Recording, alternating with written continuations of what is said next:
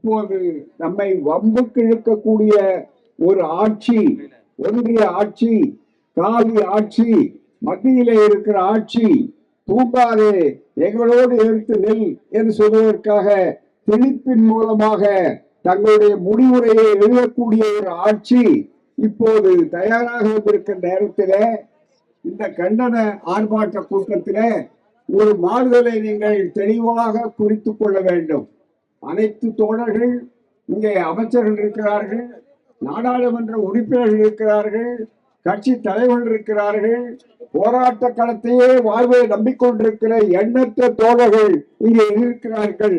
இவ்வளவு திரளாக வந்திருக்கக்கூடிய மக்கள் கண்டனம் தெரிவிக்கக்கூடிய இந்த கூட்டத்தினுடைய அடிப்படை என்ன என்று சொன்னால், இதுவரையிலே கண்டன ஆர்ப்பாட்டங்கள் கிளர்ச்சிகள் என்று சொன்னால் அதிலே தலைவர்கள் இருப்பார்கள், பேசுவார்கள். ஆனால் இங்கே நம்முடைய தொழில் முதலமைச்சர் உட்பட, அமைச்சர் உட்பட எல்லோரும் கலந்து கொள்கிறார்கள் என்றால் அண்ணாவின் சொன்ன தத்துவம், ஐயாவின் கருத்தோட்டம், இது அத்தனையும் இங்கே முன்னாலே நிற்கிறது.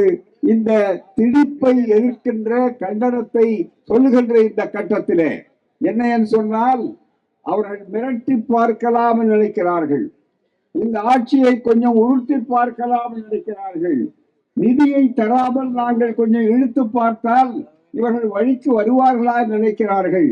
ஆனால் உங்கள் கனவு பலிக்காது. இது தமிழ் மண், இது பெரியார் மண், திராவிட மண்.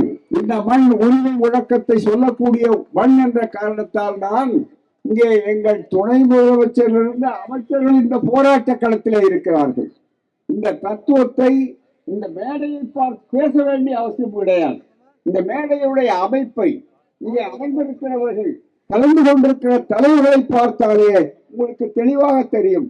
அண்ணா, அறிஞர் அண்ணா இந்த ஆட்சிக்கு, இந்த இருமொழி திட்டத்துக்கு வித்திட்ட நம்முடைய அண்ணா அவர்கள் முதலமைச்சராக இருந்த நேரத்திலே பல நேரத்திலே சொன்னார்கள், எங்களை நீங்கள் மிரட்டி பார்க்கலாம் நினைக்காது என்பதற்காக சொன்னார்கள். எங்களுக்கு பதவி என்பது இருக்கிறத அது மேல் துண்டு, ஆனால் கொள்கை இருக்கிறத அதுதான் எங்களுக்கு வேட்டி, அதை மறந்து விடாதீர்கள் என்று அதை உணர்ந்த காரணத்தால் தான் இன்றைக்கு அமைச்சர் பதவியிலே இருக்கிறோமே. நாம் ஒன்றிய அரசை எதிர்த்து, அவருடைய கொள்கைகளை எதிர்த்து முழங்கப் போகின்ற ஒரு கூட்டத்திலே கலந்து கொள்ளலாமா என்று யாரும் நினைக்கவில்லை. திராவிட முன்னேற்ற கழகத்திலே அமைச்சர்கள் வருவார்கள் என்று நினைத்து அவர்கள் வரவில்லை, கொள்கைக்காகத்தான் வந்தார்கள். தந்தை பெரியார் 1938 தமிழ் அறிஞர்களை கூட்டி வைத்துக் கொண்டு சிறப்பாக சொன்னார்கள், நம்முடைய மொழி என்பதற்காக மட்டும் நாம் இருக்கவில்லை. இதே வடசென்னைத்தான் அப்போதும் அடித்தளமிட்டது, அதே வடசென்னைத்தான் இப்போது மீண்டும் ஒரு போர்க்குரலை எழுப்புவதற்கு களம் காணுவதற்காக வந்திருக்கிறது. அங்கேதான் எல்லாமே நடந்தது, துவக்கம் அங்கேதான், முடிவும் இங்கேதான் நடக்கப் போகிறது. எங்கே துவக்கிறார்கள் அந்த ஆதிக்கத்திற்கு அதன் முடிவு வரக்கூடிய அளவிற்கு இருக்கிறது என்பதற்கு ஒரே ஒரு அடையாளம் சொல்ல வேண்டுமானால் நண்பர்களே, நீங்கள் புரிந்து கொள்ள வேண்டும். நம்முடைய துறையிலே மிக முக்கியமாக இருக்கக்கூடியது பண்பாட்டுத்துறை. இந்தியை நீங்கள் எதிர்க்கிறீர்களே என்று சொன்னார்கள். அப்போதுதான் ராஜகோபாலாச்சாரியார் போன்றவர்கள் இந்தியை திணித்தார்கள். ஒன்றே ஒன்று தெரிந்து கொள்ள வேண்டும், பாவம் இப்போது இருக்கிற சாதி அமைச்சர்களுக்கு அந்த வரலாறு தெரியாது. நீங்கள் ராஜகோபாலாச்சாரியாரை விட பெரிய புத்திசாலி, அரசியல் வியூகத்தை வைத்திருக்கிறோம் என்று யாரும் தப்பு கணக்கு போடாதீர்கள். எந்த ஆச்சாரியார் எதிர்ப்பது நான் ஆளுகின்றவன் நான் என்றெல்லாம் வாழ் தட்டி தோல் தட்டி அவர்கள் களத்துக்கு வந்தார்கள். அன்றைக்கு தந்தை பெரியார் ஆரம்பித்த அந்த போராட்டம், அறிஞர் அண்ணா சர்வாதிகாரி என்று அந்த போராட்டத்திலே 2வது 3வது சர்வாதிகாரியாக இருந்தார். இளைஞர்களுக்கு இந்த வரலாறு தெரிய வேண்டும். இன்றைக்கு இளைஞர்களுக்கே தலைமை தாக்கக்கூடிய ஒருவர் இந்த களத்திலே நின்று கொண்டிருக்கிறார் சொன்னால் அவருக்கு பதவி முக்கியம் அல்ல, அவருக்கு துன்பு முக்கியம் அல்ல, வேட்டிதான் முக்கியம் என்று சொல்லக்கூடிய அளவிற்கு, அவர் கொள்கைதான் முக்கியம் என்று சொல்லக்கூடிய அளவிற்கு எங்கள் அமைச்சர்கள் இருக்கிறார்கள். அதனால்தான் அமைச்சர்கள் என்ற முறையில் அவர்கள் இங்கே இல்லை. அதற்கு பதிலாக இந்த இயக்கத்தில் உயிரை கொடுக்கக்கூடிய தொண்டர்கள் என்ற இங்கே வந்திருக்கிறார் சொன்னால் இது எளிதாக இந்த சூழலத்தை எதிர்கொள்ள வேண்டும். மிக மிக முக்கியமாக நினைத்து பார்க்க வேண்டும். இவர்கள் சொல்லுவதற்கு யார்? நினைத்து பார்க்க வேண்டாமா? அண்ணா அவர்கள் அந்த முழக்கத்தை தான் சொன்னார்கள்.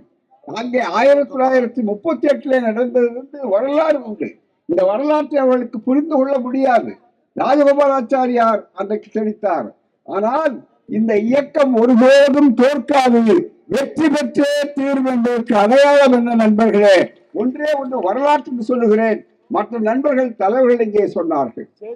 ஆச்சாரியார் சர்வாதிகாரத்தோடு தாய்மார்கள் உட்பட இங்கே ஏராளமான தாய்மார்கள் வந்திருக்கிறார்கள், சகோதரிகள் வந்திருக்கிறார்கள். ஆச்சாரியார் மிக முக்கியமாக இருக்கக்கூடிய அளவுக்கு சென்றார்கள். இதோ நம்முடைய எம்பிக்கள் ஒருவராக இருக்கக்கூடியவர் என்விஎன் அவர்களுடைய துணைவியார். அங்கே அவர்கள் குழந்தை கருவிலே இருக்கக்கூடியவர்கள் சிறைச்சாலையிலே அவர்கள் குழந்தையை பெற்றெடுத்தார்கள். கருவுற்ற தாய்மார்கள் எல்லாம் இந்த இயக்கத்திலே அந்த காலத்திலே பாடுபட்ட போது ஆட்சிக்கு வருவோம், நாம் அமைச்சர்களாவோம் அல்லது பதவிகளை பெறுவோம் என்று அவர்கள் நினைத்தில்லை. உரிமைகளை பெறுவதற்காகத்தான் இந்த கூட்டம் இருக்கிறதே தவிர வெறும் பதவியை உரிமை பெறுவதற்கு ஒரு வழி, ஒரு மார்க்கம் என்ற அளவிலே தான் இந்த அளவிலே நிற்கிறார்கள். அப்போது ஆச்சாரியார் ஆழ்வது நானா ராமசாமி நாயக்கரா என்று கேள்வி கேட்டார். அதற்கு பதில் சொன்னார். ஆனால் காலத்தின் கோலம் எப்படி ஆயிற்று என்றால் ஹிந்தி தான் இருக்கும் என்று சொன்னார். அது மட்டுமல்ல, அவர் ஒரு ரகசியத்தையும் ஒரு நாணயமான எதிரி என்ற காரணத்தினாலே வெளியிட்டார். இந்தியை நாங்கள் கட்டாய பாடமாக்குவதற்கு அடிப்படை வெறும் இந்திக்காக அல்ல, சமஸ்கிருதத்தை கொண்டு வர வேண்டும். அந்த சமஸ்கிருதத்தை என்று லயோலா கல்லூரியிலே அவர் பேசினார். உடனே அதை எடுத்து எடுத்து விளக்கி சொன்னார்கள். எனவே இப்போதும் புரிந்து கொள்ளுங்கள் தோழர்களே, இந்த சூட்சமத்தை வெறும் இந்தி திணிப்புக்காக நாம் இருக்கவில்லை. இந்த திணிப்பு எங்கே இருந்தாலும் எந்த ரூபத்திலே இருந்தாலும் திராவிடர் இயக்கமும் திமுக கூட்டணியும் தென்னாடும் எதிர்த்தே தீரும் என்பது ஒரு பக்கத்திலே இருந்தாலும் அதை விட ஆழமான ஒரு தத்துவம் உண்டு. அவர்கள் புரிந்து கொள்ள வேண்டும். மும்மொழி திட்டத்தை ஏன் எதிர்க்கிறீர்கள் என்றெல்லாம் கேட்கிறவர்களுக்கு பாடம் கற்றுக்கொள்வதற்காக சொல்லிக் கொள்கிறோம். இது ஒரு பண்பாட்டு படையெடுப்பு. சமஸ்கிருதம் சொல்லக்கூடிய அளவிற்கு பண்பாட்டு படையெடுப்பை நடத்தி கொண்டிருக்கிறார்கள். அது இந்திய அரசியல் சட்டத்திலேயே அவர்கள் மொழி ஆட்சி மொழி என்ற இடம் வருகிற போது இதை என்ன சொன்னார்கள் சொன்னால், Hindi shall be a language, official language in Devanagari script. தயவு செய்து புரிந்து கொள்ள வேண்டும். தேவ்நகரி ஸ்கிரிப்ட் என்று சொன்னால் தேவ பாஷை. எங்களை அவமானப்படுத்தி மிக முக்கியமாக தேவ பாஷை, அது எது சமஸ்கிருதம் மட்டும்தான் தேவ பாஷை. ஆனால் அதே நேரத்திலே உங்களுடைய பாஷை தமிழ் பாஷை செம்மொழியாக்கி அதை தந்த தலைவனுடைய மேடை இந்த மேடை தமிழ்நாட்டில் இல்லை. இந்த மேடை கலைஞர் அவர்கள் உருவாக்கினார்கள்.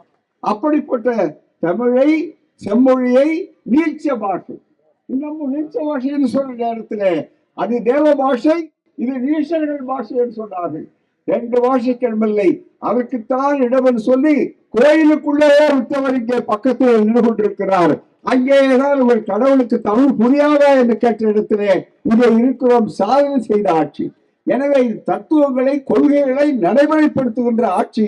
அப்படிப்பட்ட காலகட்டத்திலே தந்தை பெரியார் சொன்னார், இது சமஸ்கிருத ஆதிக்கம். எனவேதான் தமிழ் அறிஞர்கள் மரபிலடிகள் மற்றவர்களெல்லாம் திரண்டார்கள். அப்படிப்பட்ட ஒரு ஆட்சி காலத்திலே ஒரு அற்புதமான ஒரு செயல் வந்து அவளை எதிர்த்து எங்கள் தோழர்களை பலியாக்கி தாரமுத்து நடராசனுக்கு அண்மையிலே தான் நினைவகத்தை புதுப்பித்தார்கள். நம்முடைய ஒப்பற்ற முதல்வர் திராவிடத்தினுடைய தனிப்பெரும் தலைவராக இன்றைக்கு இந்தியாவே பார்த்து அலறக்கூடிய அளவுக்கு அவருடைய விளக்கங்களும் உரிமைகளும் இருக்கின்றன. நீ திமிர்தனமாக பேசாதே, உன் திமிரை இறக்கி காட்டக்கூடிய ஆற்றல் தமிழ் மண்ணுக்கு உண்டு, தமிழர்களுக்கு உண்டு என்று அவர்கள் உரையடித்துக் கொண்டிருக்கிறார்கள். அவ்வளவு பெரிய சக்தி உண்டு. அப்படிப்பட்ட ஒரு சூழ்நிலையிலே அதே ராஜகோபாலாச்சாரியார் பிறகு என்ன சொன்னார் தெரியுமா? யாரோ ஒருவர் இன்றைக்கு கல்வி அமைச்சர், அந்த மத்தியிலே இருக்கக்கூடிய கல்வி அமைச்சர், அவருக்கு நாங்கள் சொல்லுகிறோம், ராஜாஜியை உங்களுக்கு வெறும் கவர்னர் ஜெனரலாக மட்டுமே படித்திருப்பீர்கள். ஆனால் அதே ராஜாஜி தான் இந்த 38 இந்த இயக்கத்துக்கு காரணவகர்த்தாவாக அமைந்தார்கள். ஆழ்வது நானா ராமசாமி நாயக்கரா என்று கேட்ட காலம் போய் அதே இயக்கத்தை சார்ந்தவர் இது போன்ற மேடைகளிலே ஆச்சாரியாரையே அண்ணா வந்து அழைத்து ஒரு முழக்கம் கொடுத்தார். இந்த வரலாற்றை கல்வி அமைச்சராக இன்றைக்கு அமர்ந்து கொண்டிருக்கிறவர், மும்மொழி திட்டம் என்று மிகப்பெரிய அளவிற்கு ஆணவத்தோடு பேசக்கூடியவர், இன்னும் கேட்டால் முதலமைச்சர் அவர்கள் அழகாக சொன்னதை போல திமிர்தனத்தோடு பேசக்கூடியவர், உன் திமிரை இறக்கி காட்டுவதற்கு தமிழ்நாட்டில் ஆள் தயாராக இருக்கிறார்கள் என்று சொல்லக்கூடிய உணர்வுகள் இந்த நேரத்தில் என்ன நடந்தது தெரியுமா? உங்களுக்கு நினைவூட்டுகிறோம், டெல்லிக்கு நினைவூட்டுகிறோம். ஆச்சாரியார் கடைசியில் என்ன சொன்னார்? இது போன்ற மேடையிலே வந்து அமர்ந்தார், திராவிடத்தின் மேடையிலே அமர்ந்தார். அமர்ந்தது மட்டுமல்ல, ஒரு புதிய கோஷத்தை கொடுத்தார். வாழ்நாளிலேயே பெரியார் அந்த வெற்றியை பார்த்தார், அண்ணா பார்த்தார், இந்த இயக்கம் பார்த்தது, இன்னமும் உங்கள் காலத்திலும் காட்டப் போகிறோம், நீங்கள் பார்க்க இருக்கிறீர்கள். என்ன சொன்னார் தெரியுமா? ஹிந்தி நெவர், இங்கிலீஷ் எவர் என்று சொன்னார். அதுதான் எந்த இந்தியை திணித்தாரோ அந்த ஆச்சாரியாரையே பணிய வைத்து வளைய வைத்து இந்த இயக்கம் இந்திதான், இங்கு வேலை இல்லை, இந்தி நெவர் என்று சொன்னார். இங்கிலீஷ் எவர் அப்புறம் இருக்கட்டும், ஹிந்தி நெவர் என்பதற்கு என்ன பொருள்? ஒருபோதும் இந்தி வராது என்று கவர்னர் ஜெனரலாக பதவி வைத்த ஆச்சாரியார் எழுதிவிட்ட போதை விட நீங்கள் என்ன ஆச்சாரியாரை விட மிக பெரிய அறிவாளிகளா? நினைத்து பார்க்க வேண்டும், சிந்திக்க வேண்டும்.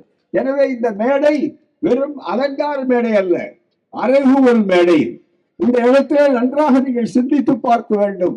இதே அரசியல் சட்டத்திலே எங்களுக்கு இருக்கிற உரிமை, நிதி வேண்டும் என்று கேட்கிற போது உங்களிடத்தில் நிதியும் மறுக்கிறீர்கள், நீதியும் மறுக்கிறீர்கள், சமூக நீதிக்கும் இடம் தர மறுக்கிறீர்கள், நிதியையும் நாங்கள் உங்களிடத்தில் சலுகை கேட்கவில்லை, உங்களிடத்தில் பிச்சை கேட்கவில்லை, நாங்கள் எங்களுடைய பணத்தை உரிமையோடு கேட்கிறோம். எனவே கேட்கக்கூடிய அளவிற்கு நீங்கள் என்ன அங்கே இருந்து தயாரித்து கொடுத்து விட்டு வந்தீர்களா? எனவேதான் எங்களுடைய உரிமைகளை நிலைநாட்டுகின்ற உரிமை போராட்டம் தான் இந்த போராட்டம். எனவேதான் இந்த போராட்டத்தை தொடர்ந்து நடத்துகின்ற நேரத்திலே ஒன்றை மட்டும் சொல்லி நினைவூட்டுகிறேன். ஏனென்றால் அடுத்து நம்முடைய இளைஞர்களை எழுத்தி இந்த ஆட்சியுடைய கொள்கை என்ன என்பதை எடுத்துக்காட்ட வகையிலே முறியடிக்கப்படாத 30 சாதனைகள் என்ற புத்தகமே போட்டிருக்கிறோம். அண்ணா அவர்கள் ஒரே ஒரு ஆண்டுதான் இருந்தார்கள், ஓராண்டு ஆட்சியிலே இருந்தார்கள். இந்த ஓராண்டு ஆட்சி காலத்திலே அண்ணா பேசிய பேச்சு இது ஆவணம் மிக முக்கியமானது. அதிலே சொன்னார், அதுவும் இங்கே நம்முடைய வைகோ அவர்கள் சிறப்பாக அதை குறிப்பிட்டார்கள். நான் அந்த கூட்டத்திலே அண்ணாவுடைய பேச்சு கேட்டு அமர்ந்தவர்கள் ஒருவர் நான். அப்படி அண்ணா அவர்கள் உருக்கமாக சொன்னார், உடல் நலம் குறைவு, அதோடு கலைவாணர் அரங்கத்துக்கு பக்கத்திலே அன்றைக்கு வானர் அரங்கம் என்று பெயர் இருக்கு, அங்கே வந்து அமர்ந்து அண்ணா பேசுகிறார். பேசும்போது சொன்னார், நான் இல்லாத போது 3 பெரும் சாதனைகளை நிகழ்த்தி காட்டியிருக்கிறோம். அதைத்தான் அவர் சொன்னார். ஒன்று, தாய் திருநாட்டுக்கு தமிழ்நாடு என்று பெயர் வைத்தோம், மெட்ராஸ் என்பதற்கு பதிலாக தாய் திருநாட்டுக்கு தமிழ்நாடு என்று பெயர் வைத்தோம். 2, அதைவிட முக்கியம், சுயமரியாதை திருமணங்கள் சட்டப்படி செல்லும், நடந்த திருமணங்களும் சொல்லும், நடக்கும் திருமணங்கள் சொல்லும், இனி நடக்கப் போகின்ற திருமணங்களும் செல்லும் என்று பிரகடனப்படுத்தி இருமொழி கொள்கை, ஆட்சி மொழியாக தமிழ் மொழி அதே போல ஆங்கிலம், இந்த 2 தான், 3வது இடமில்லை என்று தெளிவாக சொல்லிவிட்டு சொன்னார். இந்த ஓராண்டு காலத்தில் 30 சாதனைகள். இந்த 30 சாதனைகளிலே நான் கேள்விப்பட்டேன், இங்கே இருக்கிற ஆதிக்கவாதிகள் உடனே வந்து இது எப்படியாவது மாற்றிவிட வேண்டும் என்று ஆட்சியை கலைத்து விடலாம் என்றெல்லாம் அவர்கள் நினைத்துக் கொண்டு பேசுகிறார்கள் என்று காதிலே எனக்கு விழுந்தது. உங்களால் முடியுமா என்றால் உங்களுடைய அதிகாரத்தை பயன்படுத்தி எதையும் செய்யலாம் என்பதை நான் தெளிவாக ஒப்புக்கொள்ளுகிறேன். ஆனால் ஒன்றே ஒன்று, அதைத்தான் இப்போது நினைவூட்டி விட்டு என்னுடைய உரையை நிறைவு செய்கிறேன். என்ன என்று சொன்னால், அண்ணா சொன்னார், ஆட்சியாளர்களே, அப்படி வருகிறவர்களே, இதையெல்லாம் மாற்றி விடுறார், இப்ப அதுதானே செய்கிறார்கள், மும்மொழி கூட்டத்தை கொண்டு வருகிறேன் அவர்கள் சொல்லக்கூடிய அளவுக்கு வந்தார்களே. ஒன்றை உங்களுக்கு சொல்லிக் கொள்கிறேன், அண்ணா பேசுகிறார். அண்ணா பேசும்போது சொல்லுகிறார், இதையெல்லாம் நீங்கள் மாற்றி விட வேண்டும். சுயமரியாதை திருமணமா கூடாது, மாற்ற வேண்டும். தமிழ்நாட்டு பெயரா முடியாது, பழையபடி சென்னை மாகாணமே இருக்க வேண்டும் என்று. அதே போல தமிழுக்கு பதிலாக மும்மொழி திட்டம், தமிழா இருமொழி திட்டம், அதை எடுத்துவிட்டு மும்மொழி திட்டத்தை கொண்டு வரலாம் என்று நீங்கள் முயற்சி செய்தால் செய்வீர்கள். அதை பற்றி அதிகாரத்தை போடலாம், ஆட்சியை பயன்படுத்தலாம் நினைப்பீர்கள். ஆனால் அதே நேரத்தில் கடைசியிலே ஒன்றே ஒன்று என்னவென்றால், இதையெல்லாம் செய்யுகிற நேரத்தில் ஒரு அச்சம் உங்களுக்கு விளங்கும். இதை செய்துவிட்டு வெளியே போக முடியுமா, இதை பண்ணிவிட்டு வேகமாக முடியுமா உங்களாலே? முடியாது என்று சொல்லும் போது ஒரு அச்சம் உங்களை உலுக்கும். அந்த அச்சம் உங்களை உலுக்கும் போதெல்லாம் அண்ணாதுரை அந்த நாட்டை எந்த நாளும் ஆளுகிறான் என்று அண்ணா விளக்கம் சொன்னார். அதுக்கு என்ன அர்த்தம்? அண்ணாவுடைய ஆட்சி திராவிட ஆட்சி, பெரியார் மண்ணினுடைய ஆட்சி என்று சொன்னால் என்றைக்கும் இந்த போராட்டம் தொடரும், நாங்கள் வெற்றி பெறுவோம் என்ற அடையாளம். எனவே நண்பர்களே, இது உலைக்களத்திலே அடித்திருக்கிற முதல் வாய்ப்பு. இந்த வாய்ப்பை பயன்படுத்தி கொண்டு போர் சங்கு முழக்கம், இது வெறும் கண்டன முழக்கம் அல்ல, போர் சங்கு ஊதியாகிவிட்டது என்று சொல்லக்கூடிய அளவிற்கு தயாராக இருக்க வேண்டும், தயாராக இருக்க வேண்டும். இன்னும் கேட்டால் 200 வெற்றி பெறுவோம் என்பதற்கு அரசியல் ரீதியாக பயன்படுத்திக் கொண்டிருக்கிற நேரத்தில் 200 அல்ல 234 இந்த கூட்டணிக்கு வைத்துக் கொள்ளுங்கள் என்று சொல்வதற்காகத்தான் இந்த திட்டத்தை இருக்கிறீர்கள். நீங்கள் வேகமாக செல்லுங்கள், வெற்றி வெங்கடம் வரும். நன்றி, வணக்கம். தமிழ் வாழ்